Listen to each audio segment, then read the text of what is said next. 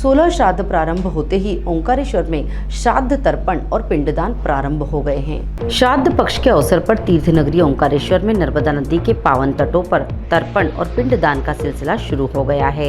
बड़ी संख्या में श्रद्धालु अपने पितरों की आत्मा की शांति और मोक्ष की कामना के लिए यहाँ पहुँचे हैं। गोमुख घाट, चकरा घाट सहित सभी घाटों पर सुबह से ही श्रद्धालु पंडितों के मार्गदर्शन में नर्मदा नदी के पवित्र जल में खड़े होकर तर्पण कर रहे हैं। पिंडदान और तर्पण का यह आयोजन पूरे 16 दिनों तक चलेगा और इसका समापन सर्वपितृ मोक्ष अमावस्या को होगा। पंडितों का कहना है कि नर्मदा तट पर किया गया तर्पण और पिंडदान अन्यत्र की तुलना में विशेष फलदायी माना जाता है। ओंकारेश्वर के पुरोहित पंडित राजेश शुक्ला ने बताया, नर्मदा में श्राद्ध करने से पितरों की आत्मा को संतोष मिलता है और साधक के जीवन में सुख समृद्धि आती है। श्रद्धालु भी अपनी भावनाएं व्यक्त कर रहे हैं। राजस्थान से आए श्रद्धालु मनोहर लाल ने कहा, हर साल हम अपने पितरों की आत्मा की शांति के लिए ओंकारेश्वर आते हैं। यहाँ की नर्मदा जल में तर्पण करने से मन को अलग ही शांति मिलती है। भोपाल से आई श्रद्धालु किरण बाला का कहना था, श्राद्ध पक्ष में ओंकारेश्वर आने से लगता है जैसे पितरों से सीधा संवाद हो रहा हो। यहाँ का वातावरण आस्था और श्रद्धा से परिपूर्ण है। धार्मिक मान्यता है कि नर्मदा तट पर किए गए श्राद्ध और तर्पण से पितरों की आत्मा को शांति प्राप्त होती है और परिवार में सुख समृद्धि बनी रहती है। घाटों पर इन दिनों मंत्रोच्चार, आस्था और श्रद्धा का अद्भुत संगम दिखाई दे रहा है।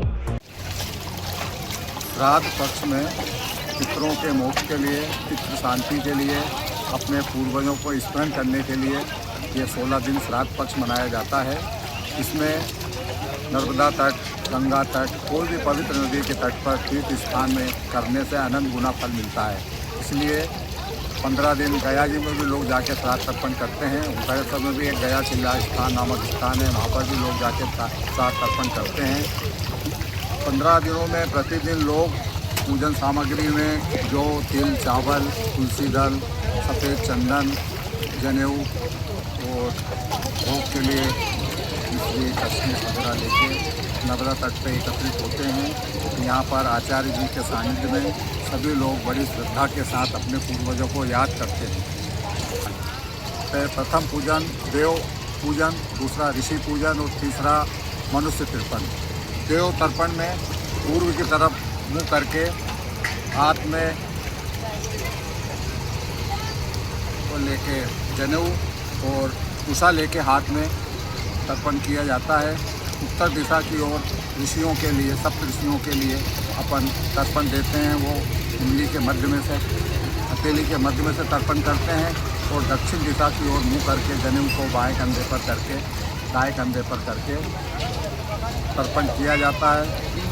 देवताओं को जौ से, ऋषियों को जौ से और पितरों को जौ और तिल और सफ़ेद फूल, तुलसी दल लेके अंगूठे से जल दिया जाता है। इससे हमें हमारे घर में सुख, शांति, समृद्धि, पितृ शांति, पितरों का आशीर्वाद मिलता है। 15 दिन सभी परिवार वालों को, सभी लोगों को अपने पूर्वजों को याद करके कम से कम जल तर्पण तो जरूर करना चाहिए। श्राद्ध तो अपनी जगह ठीक है, श्राद्ध तो किया ही जाता है, पर प्रतिदिन जल तर्पण हर परिवार में, हर घर में जरूर होना चाहिए। आपका परिचय? मैं पंडित अनिल दुबे, ओंकारेश्वर। ये ओंकारेश्वर तीर्थ है।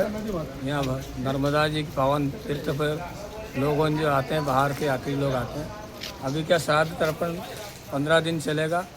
जो कोई मनुष्य अपने घर में पितरों से परेशान है, पितृदोष वगैरह होता है, कोई का वंश नहीं चलता, कोई जो आर्थिक व्यवस्था जिसकी बिगड़ती है, वो यदि नर्मदा किनारे आके यहाँ पर 15 दिन नहीं तो अपनी तिथि के दिन आए और अपने पितरों के निमित्त देव, ऋषि, मनुष्य, पितृ तर्पण 4 प्रकार के होते हैं, ये करे, श्राद्ध करे, उनके निमित्त पिंड दान करे, उनके ब्राह्मण भोजन कराए। जो ये करता है वो पितृदोष से ऋण मुक्त हो जाता है और उसके पितृ प्रसन्न होकर उसके अन्न, धन, वंश को बढ़ोतरी करते हैं। ये जो है हर साल यहाँ के लोग भी, जो बड़े बड़े वरिष्ठ लोग वो भी करते हैं, गांव के लोग भी करते हैं और बाहर से बहाने वाले व्यक्ति भी करते हैं। देव, ऋषि, मंत्र तर्पण करना चाहिए। इससे करने से जो है मनुष्य जो है आगे उसकी बढ़ोतरी होती है, उसका मन तो बढ़ता है और पितृदोष से मुक्त हो जाता है। क्या गुरुदेव, नर्मदा के तट पे भक्त बहुत आ रहे हैं, तो कोटि तीर्थ और चक्र तीर्थ घाट, नर्मदा स्नान के लिए जो घाट है, इनको नाव से मुक्त कराना उचित होगा? यात्री लोग आते हैं, बेचारे नहाते हैं और कोई तर्पण कर रहा है, कोई पूजा कर रहा है, नित्य में नाव वाले क्या आके सीधे उसके ऊपर ही लगा देते, तो नाव जो ऊपर आती है तो यात्री परेशान होता है, किसी को नाव लग जाए कर जाए तो हादसा हो सकता है, तो उसका कौन जवाबदार है? आपका परिचय? पंडित रुकमांगा सुखना। ओंकारेश्वर से ममता दुबे की रिपोर्ट।